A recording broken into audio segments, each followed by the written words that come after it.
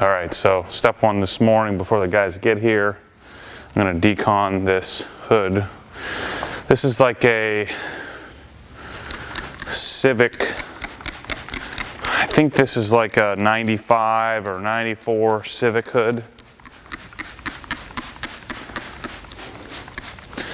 And so what we're gonna do, we're gonna tape this off and do different sections. And so we're gonna do a section that's wet sanded completely, a section that's corrected using the methods that Andy and Jason use. And then there's gonna be a section where we do just our, a simple Matt Mormon style correction.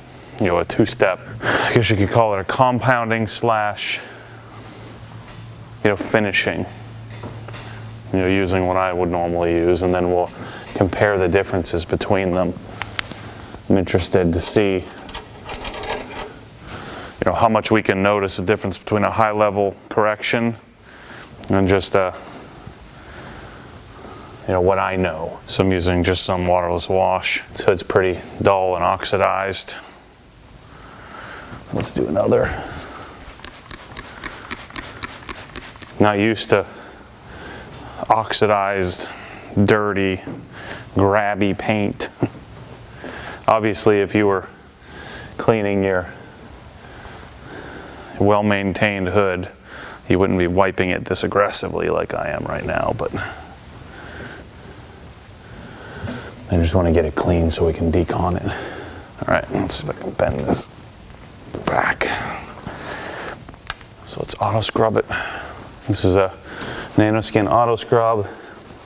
This is the one time we could probably use a medium grade instead of the fine grade.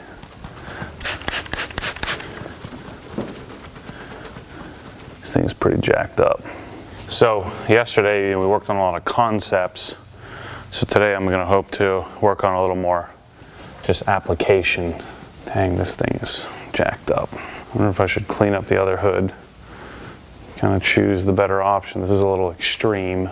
Yeah, I'm gonna grab the other hood. I'm gonna have to grab the other hood and decon that as well, and we'll assess it and see which one's better to deal with. All right, I think this hood is a bit more realistic. So I'm going to, this is off of a Pontiac G6. We'll get a close up here in a minute. But this hood is a little less destroyed.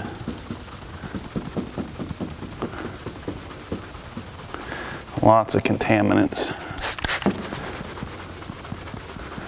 But I think we might be able to get a decent result out of this hood. A bit more realistic on the type of stuff we're going to be working on, although this is still really jacked up. Man, some serious contamination on that thing. I worked my butt off to get that cleaned. Yeah, I think this is going to be a better hood to work with. All right, so here's what we're working with on this hood. You can see this is a pretty typical junkyard type hood, but it's not heavily oxidized, but it's a typical 2005 10, 12, 13-year-old car that has all kinds of junk in it. So again, I'm going to do my normal process on this section here. Let's measure it. So I'm going to measure in this section right in the center here.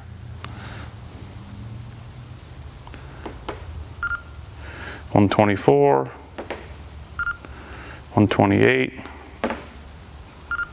126, 124.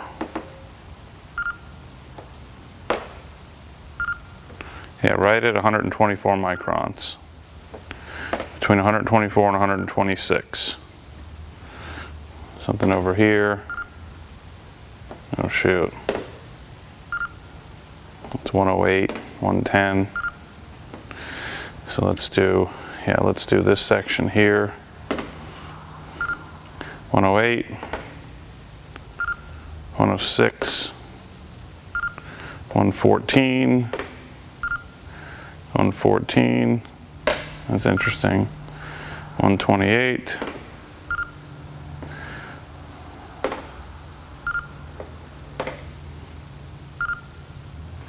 Yeah, there's a lot more paint as it curves over here. 104. So this section here is quite a bit thinner. All right, so the vast majority of this is going to be somewhere in this center section here is what I'm really concerned with. This is in the 120s, 125-ish. So we'll see with compounding, as I compound this section, we'll see how much I remove. All right, so here's what we're working with on this panel.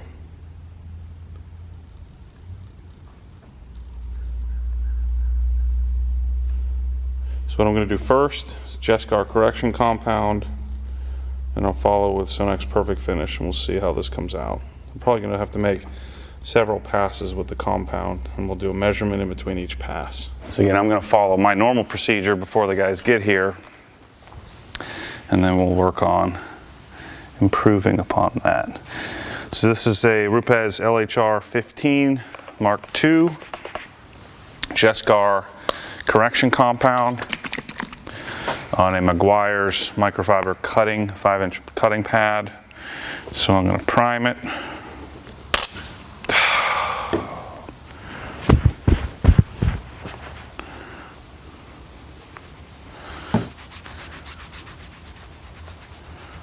And this is a brand new pad. It's my company. All right, so let's see what compounding does to this jacked up section.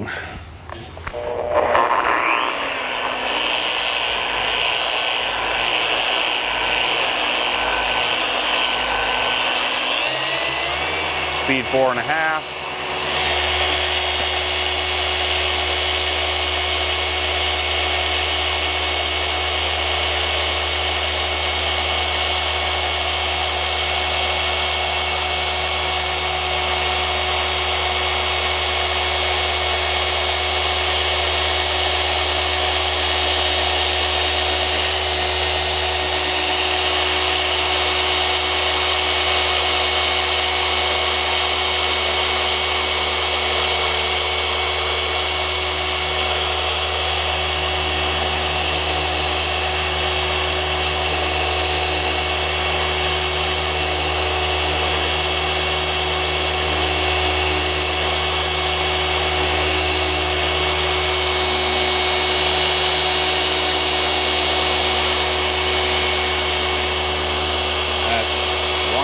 This is the second pass.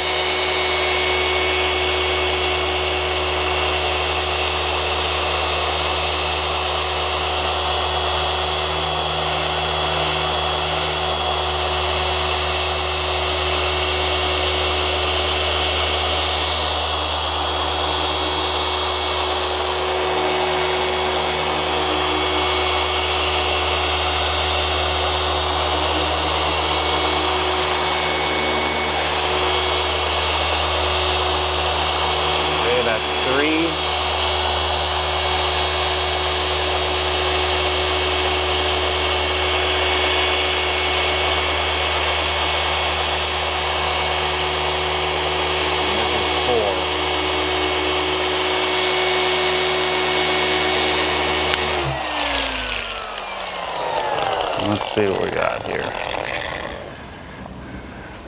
It's so fun. Look at that.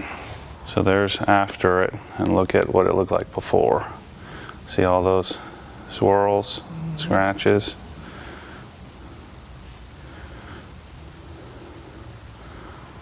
Pretty significant difference. So now I measured this, right? So I measured this section. We were measuring about 126 microns, 124, 126 microns. So now I'll do this section. It's kind of a large section. I might split this up because of the heavy compounding we need to do. So I'll do this, and then I'll come back and do that, and then we'll measure again and see how much paint we actually removed just from doing the compounding step. So let's blow out our pad. Is that rotating or oscillating? Both. So it goes in a circle, but then it also goes left to right, you know, in a random fashion. Right, and this is a 15 millimeter orbit. So it has a really large orbit, whereas an old, like a Porter cable or something like that, That's what I have, a Porter has a cable. 6 mm orbit. So it's a much tighter orbit. So these effectively do more work. This is a Rupes LHR 15. I also have a 21 machine, but usually the 21 is not necessary. I like the, for whatever reason, I like the 15 mm orbit better. So then after each section, we have to blow out the pad because we just removed a bunch of paint. So there's all that clear coat that's in the pad, and if we don't get it off, we'll scratch up the, it'll do damage to the new paint.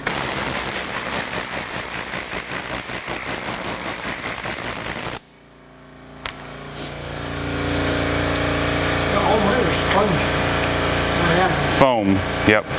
This is a microfiber pad that's good for cutting. The foam, you can use foam to cut, but you're generally better off. The microfiber tends to do a little better job. Again, we'll spread it around on speed 3. Come up to 4.5.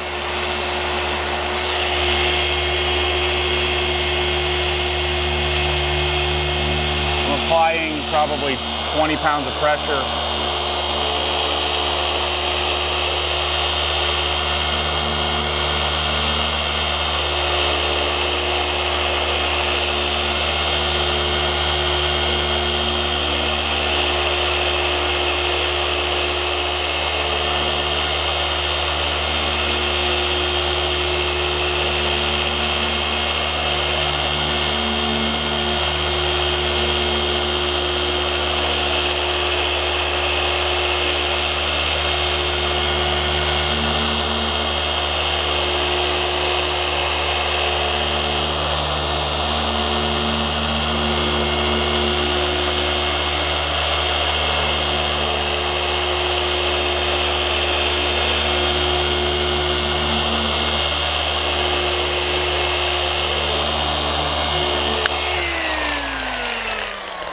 All right, so let's measure and see how much paint we removed.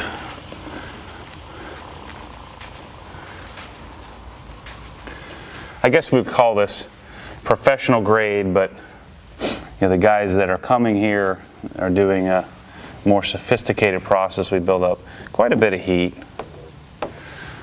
But let's look at how we did. Is that in there then, those nicks? All the rock chips are, no, they're there. The pitting, all the pitting, there's nothing we can really do about that. But what we did remove was we removed all of those, or a large percentage of all these, washing and love marks, if you will. So like you see this deeper scratch here. I mean, we could probably clean that up a little more by sanding, but we're gonna, we would probably end up removing too much paint. So I did, yep. So I did 4 measurements in this square, this quadrant here. So 124, 122, 118, 118. Okay, so that compounding step, we were measuring 126 and 124. So let's do it again. Are you measuring the thickness of the clear? No, this is the total thickness of the entire surface. The problem is we don't know how much clear there is of that number, of that 120 microns. We don't know, right, is that clear, is that primer, is that base? And that's what you have to worry about, right? Right, so theoretically it would be a third clear, a third base, a third primer, right, theoretically, but we're not 100% sure on that. So this is why we need to be careful. So we're measuring, and this is another reason why, I measured here in this, right in this vicinity, I measured 126. I just had a 128 measurement, so it's not an exact science even when we're doing this. So it looks like we removed on that compounding step somewhere around, so I'm measuring 118 where I was measuring about 124 here, but I might be over a little bit further. So it looks like we removed somewhere between 2 and 6 microns on that compounding step.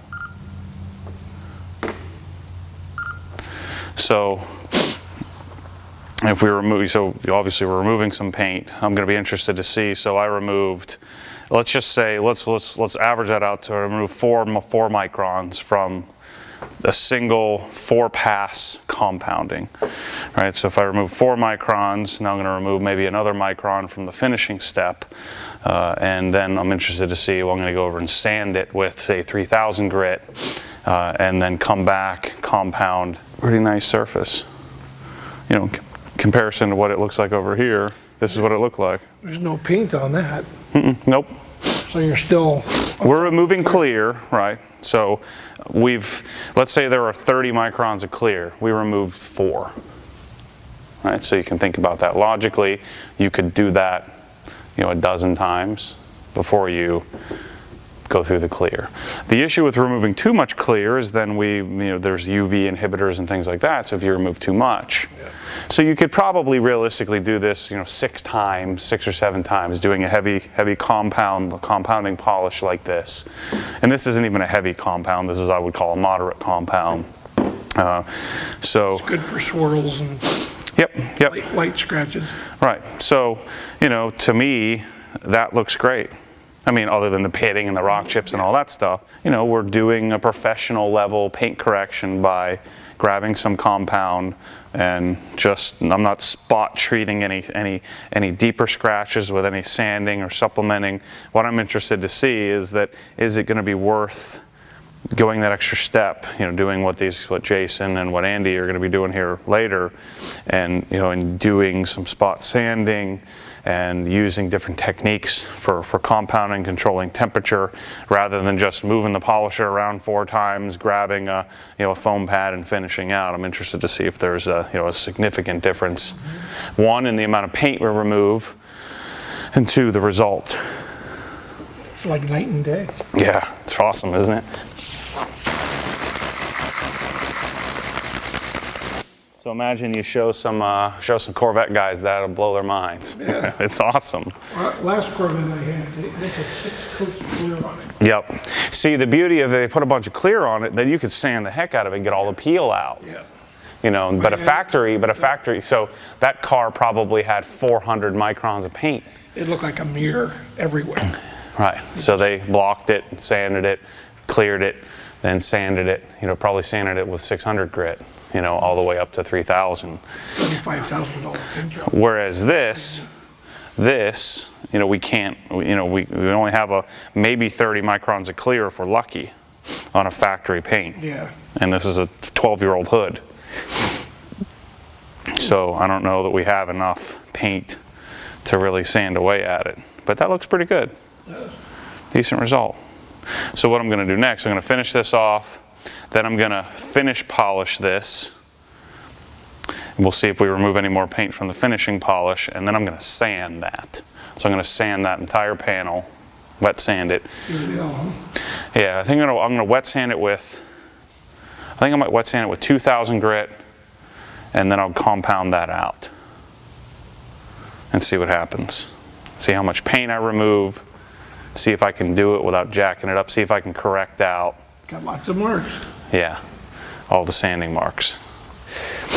All right, I'm out of here. See ya. I'm going to give you that if you ever need any plastic parts. Yeah.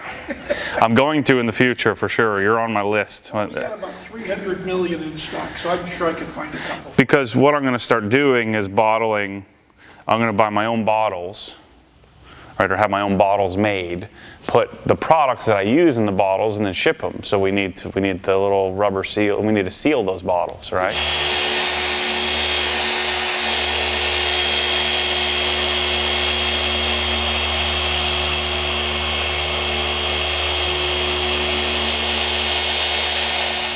I should probably get the 3-inch out, but I think I can just knock this out with the 5.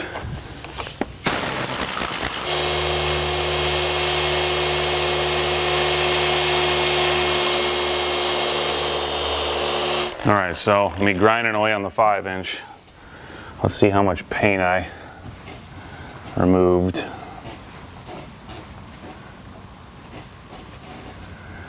I don't even think they bring any eraser. I think they may have some IPA here. First, let's check our work. So see, my level or my the acceptability for me. Like I see Jason looking like deep into the paint and looking for little tick marks and things that I just don't see. Now this green is probably a little harder to see than it was on the black, but we have some deeper scratches here. But in general, to me, this would blow your mind, right?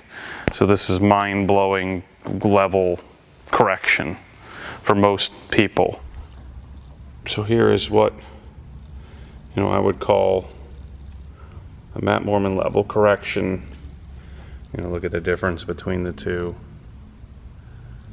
What the paint looked like before, and now what it looks like after a single pass with Jescar. You're removing, say, 4 microns of paint to do that. And then hopefully if you maintain the car well, you won't have to compound it again. You can just do a single step, much milder correction. So let's test, let's see what our paint thickness is over here. All right, I was doing some hefty grinding over here. Made 4 or 5 passes. We were measuring somewhere in the 102s here before. 104, 100, 104. Yeah, I mean we were measuring somewhere 102, so there's a 98. Yeah, this section. So again, 2 to 4 microns of removal. 98, 102. I was measuring over here on the edge. I was measuring, 114 to 118. Yeah, again, still, removing about 4 microns. There's 100, 104, 106, 98. So that section there is a little thinner. All right, so let's finish it. Now I'm measuring, 122 to 124. Again, 2 to 4 microns of removal there in that spot. So I doubt the finishing polish shouldn't do much. Yellow pad. I haven't done any test panels or anything. I'm just going to do what I normally do. Yellow pad, Sonax Perfect Finish. We'll prime the pad.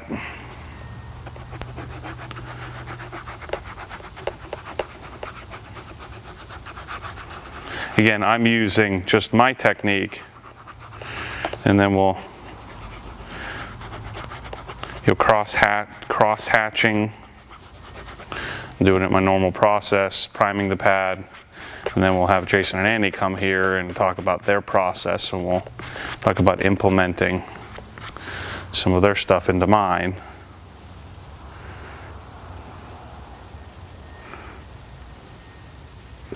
Let's see how it goes.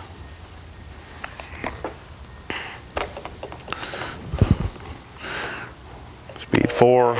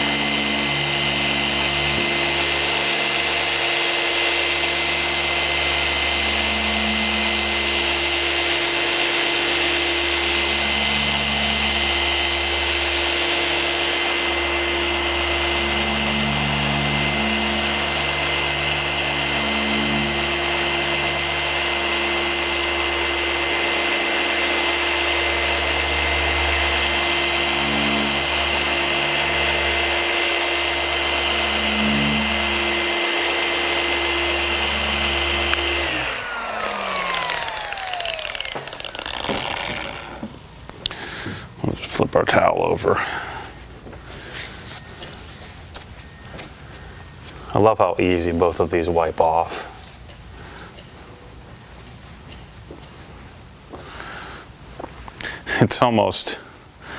it's really, especially on a green paint like this, it's hard to even tell the difference between that and the Jescar. There's a little bit more pop to it. I think the biggest change is going to be, I'm going to adopt the policy of blowing the pad out after every single section or pass.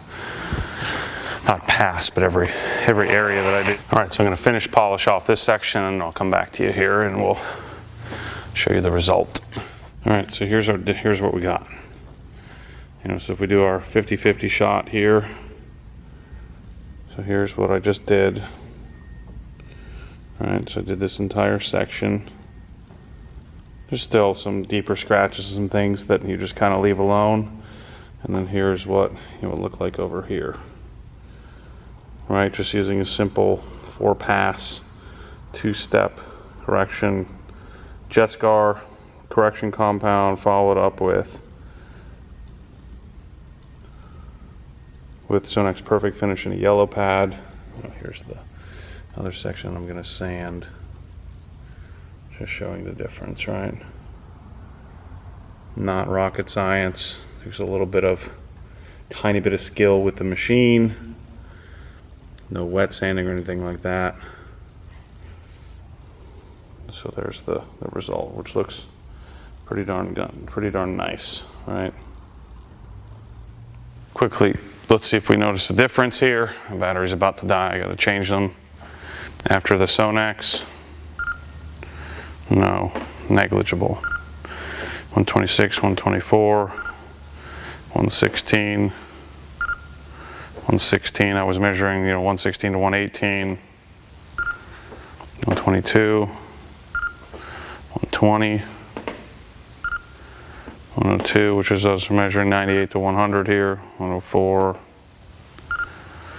So I think the takeaway is the machine is hard to even, it changes every time you touch a different spot. So, but in general, that process, it looks like we're removing somewhere around 3 to 5 microns on a 120-ish micron paint job, if you will, give or take. So, I think that you could probably do this, half a dozen times if you needed to, in the life of the paint, and still be within the safe realm of clear coat. So anyway, that's my normal process. The results are great. I'm going to be interested to see what the result difference looks like if we use a different process on the other side and doing a 50-50. We'll see. We'll see if, to my eye, if I can notice a difference. But let's work on, I'm going to sand this section here. So let me get set up and then we'll measure.